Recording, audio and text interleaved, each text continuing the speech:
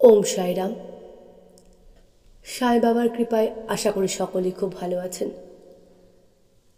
আজকে আপনাদের জানাচ্ছি সারাদিন ধরে মনে মনে জয় সাইরাম উচ্চারণ করলে আর কিভাবে মন্ত্রটি উচ্চারণ করলে কি কি সুফল পাওয়া যায়।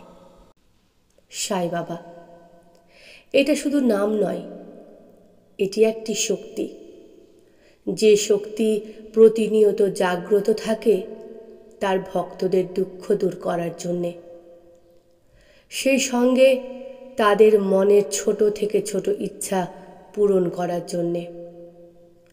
তাই তো এই পৃথিবীর সব দুঃখীদের একটাই ঠিকানা, শ্রী সাইয়ের দরবার।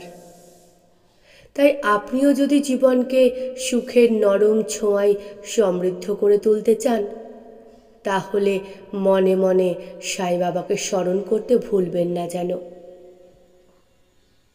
এমনটা করলে দেখবেন বুকের অন্দরে সাপের মতো ছোবল মারতে থাকা মানসিক চাপ অজান্তেই উধাও হয়ে যাবে। শুধু তাই নয়, সুখ এবং সমৃদ্ধি আপনার চিরসঙ্গী হয়ে উঠবে। সাই বাবা তার ভক্তদের শুধু একটা কথাই বলতেন, কোনো মন্ত্র নয়, কোনো পুজো নয়, শুধু মনে মনে আমার নাম স্মরণ করো আর এক মনে বলো তুমি কি চাও। দেখবে তোমার ইচ্ছা আমি অবশ্যই পূরণ করব। এই কারণেই তো আজ কোটি কোটি মানুষ প্রতি বছর শিরডিতে এসে বাবার সামনে মাথা নত করেন। কিন্তু আপনাকে এমনটা করতে হবে না, এক গাদা টাকা খরচ করে শিরডি যেতে হবে না। শুধু প্রতিদিন সারাদিন বাবাকে স্মরণ করে যান, দেখবেন কষ্ট কমতে সময় লাগবে না, সেই সঙ্গে মিলবে আরও অনেক রকমের সুফল। যেমন সাইরাম উচ্চারণ করার সুফল হল মানসিক শান্তি, আত্মিক শক্তি বৃদ্ধি এবং জীবনের পথে ইতিবাচক পরিবর্তন। এটি একটি পবিত্র মন্ত্র যা বিশ্বাসী মানুষের জীবনে সুখ ও সমৃদ্ধি নিয়ে আসে। জয় সাইরাম মন্ত্রটি হল মানসিক শান্তি, মানসিক শক্তি। এই মন্ত্র উচ্চারণ করলে মন শান্ত ও স্থির হয়, যা মানসিক চাপ কমাতে সাহায্য করে এবং মানসিক বল বৃদ্ধি করে। আত্মিক শক্তি বৃদ্ধি।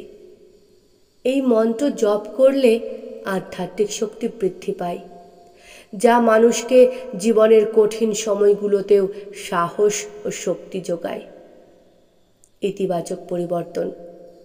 জয় সাইরাম মন্ত্র নিয়মিত জপ করলে জীবনে ইতিবাচক পরিবর্তন আসে, যা কর্মজীবন, সম্পর্ক এবং সামগ্রিক জীবনযাত্রাকে উন্নত করে। জয় সাইরাম মন্ত্রের সুফল পেতে হলে নিয়মিতভাবে এবং একাগ্রচিত্তে মন্ত্রটি উচ্চারণ করা উচিত।